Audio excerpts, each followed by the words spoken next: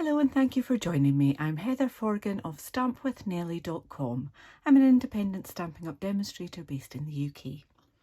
Today's card is using one of my current favourites, which is Pierced Blooms, and I've used the sentiment from the coordinating stamp set in Bloom.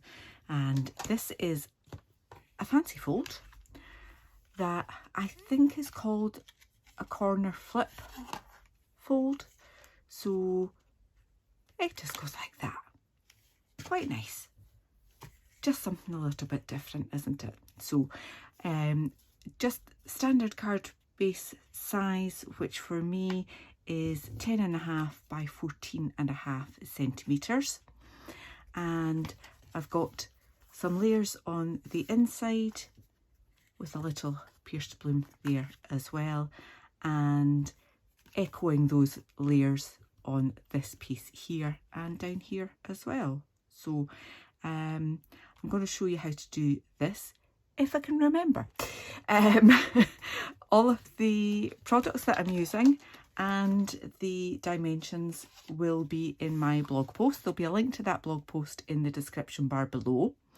And if you do like this video, then please give me a thumbs up, give me a like, give me a comment if you've got time. And if you're new to my channel, then please do click on that subscribe button. Right, let's get ahead with this then. So just to give me a head start, I have done the die cutting with the Pierced Blooms dies using Petal Pink, Highland Heather and White, and also some Pear Pizzazz for the greenery. So we'll come to those bits later. I'll just put them to the side and hope I don't lose some. And I've also done the layers, which again, the dimensions for those will be in my blog post. And I've glued those ones, but I need to stamp that one first. So we'll come back to those. And this piece of basic white thick card is, what is it? It's 14.5 by 21 centimetres. Okay, let me bring in my trimmer. Now, I have added this little strip here, which I've taken from my grid mats for the Stamparatus. I've just trimmed that off there. But you could just as easily do it with the larger grid sheets. Just cut it down a little bit more. And I've just stuck that on there with glue dots. 3 glue dots I think I've got on there. And it's just going to make my life a little bit easier because I am using centimetres and the measurements on this part of the trimmer are in inches. Now you can get a metric piece for this, and I probably will actually, having done this card and thinking it was a bit tricky, I'll probably get that. But this is a good solution in the meantime. So with the long side at the top, I'm lining up this edge at 9 centimetres. Okay, I'm going to bring this down a little bit. And I am using my cutting blade and I'm lining up that little line that's in the middle of this piece here with 1.5 centimetres. Okay, make sure I've just moved that, haven't I? So put that back to 9. That's at 1.5. Pop it down and just press it in. Okay, and then run that down to 9 centimetres. So again, just lining up that little line that's on the middle of that with the 9 centimetres, which is actually pretty close to the 3.5 inches mark as well. Okay, so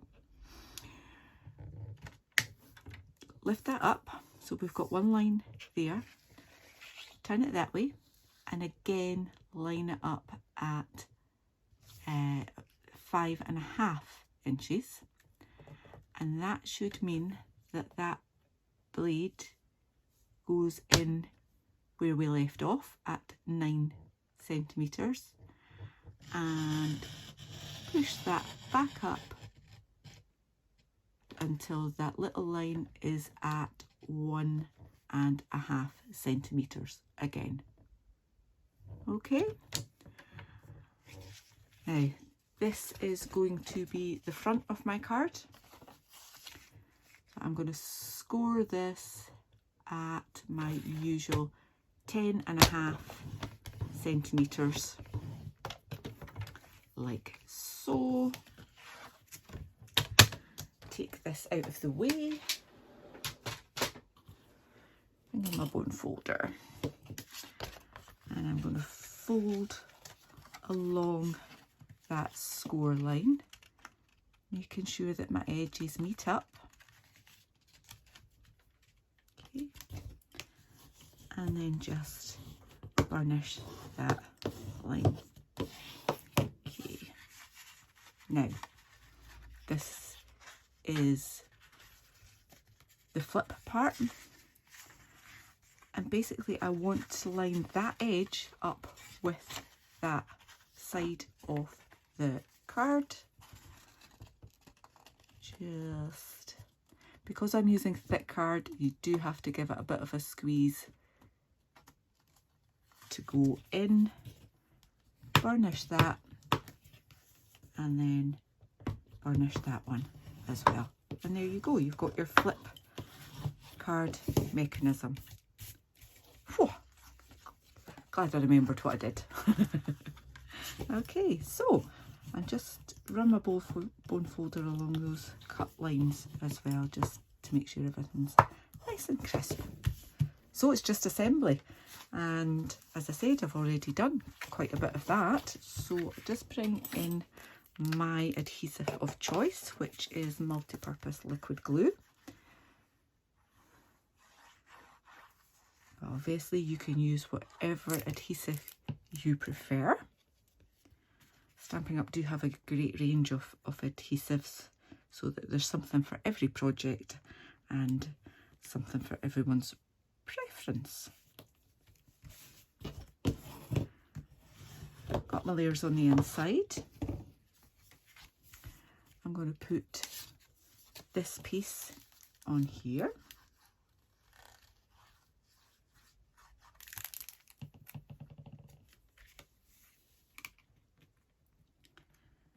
And just trying to make sure that I've got an even gap. And that's why I prefer the liquid glue, so that you can squidge it about a little bit and make sure you've got it before you press everything down. And then I'm going to do my stamping. Haven't decided whether I want to stamp in Petal Pink, or let's stick with Petal Pink, because with that one I coordinated the stamping with the coloured cardstock, so we'll do the same. And this is Happy Birthday, You Really Are the Best. Lovely sentiment, isn't it? So just straighten that up on my grid mat and try and not get my hair under the camera, but try and stamp that straight.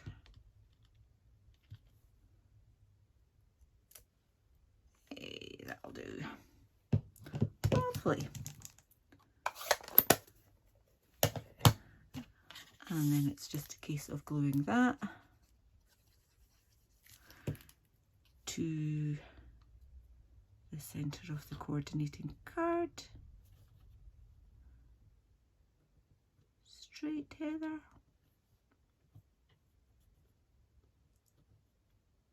There we go. And then that in turn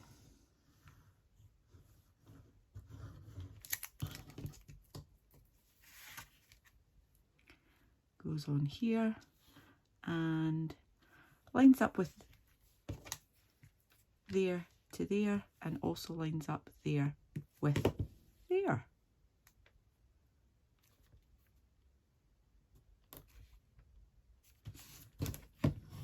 I quite like that. I like that sort of symmetry on there. Next bit is just the decoration. I'll bring this one in again so you can see it. And nice and simple, these dies, the pierced bloom dies, there are so many of them, and the combinations you can have with the, you know, layering them up as I've done here, it's pretty much endless. There's so much choice. And there's loads of different bits of greenery that you can add in to your arrangements. There's a bow. It is fabulous. It really is such a versatile set of dies, and you could combine it with any sentiment from any stamp set, but obviously you can combine these stamped flowers with the die cuts as well, which is beautiful. I'm adding in my foliage first of all, the greenery, and I kind of want to take that out of the frame as much as I can, just to add in that little bit extra interest.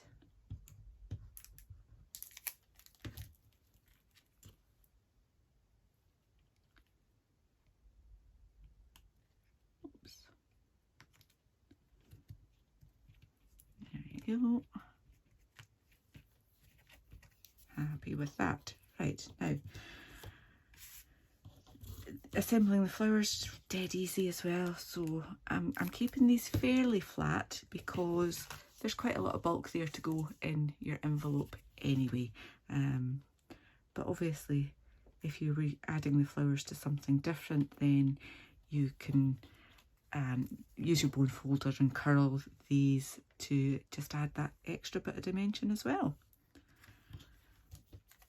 Now, I know that quite a lot of people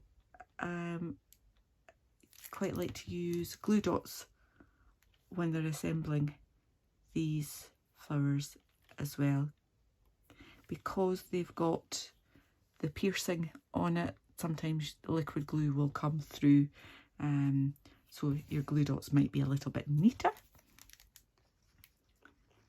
So I'm going to pop this big one up in this corner here,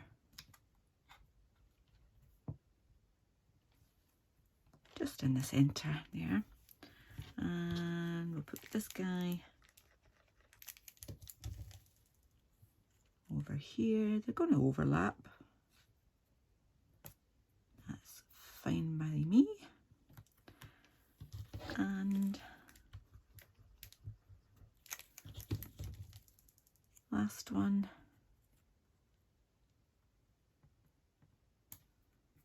in there like so. And then my final touch was to add some bling, and I'm using the Elegant Faceted Gems and using these pink ones. They are so sparkly, these ones.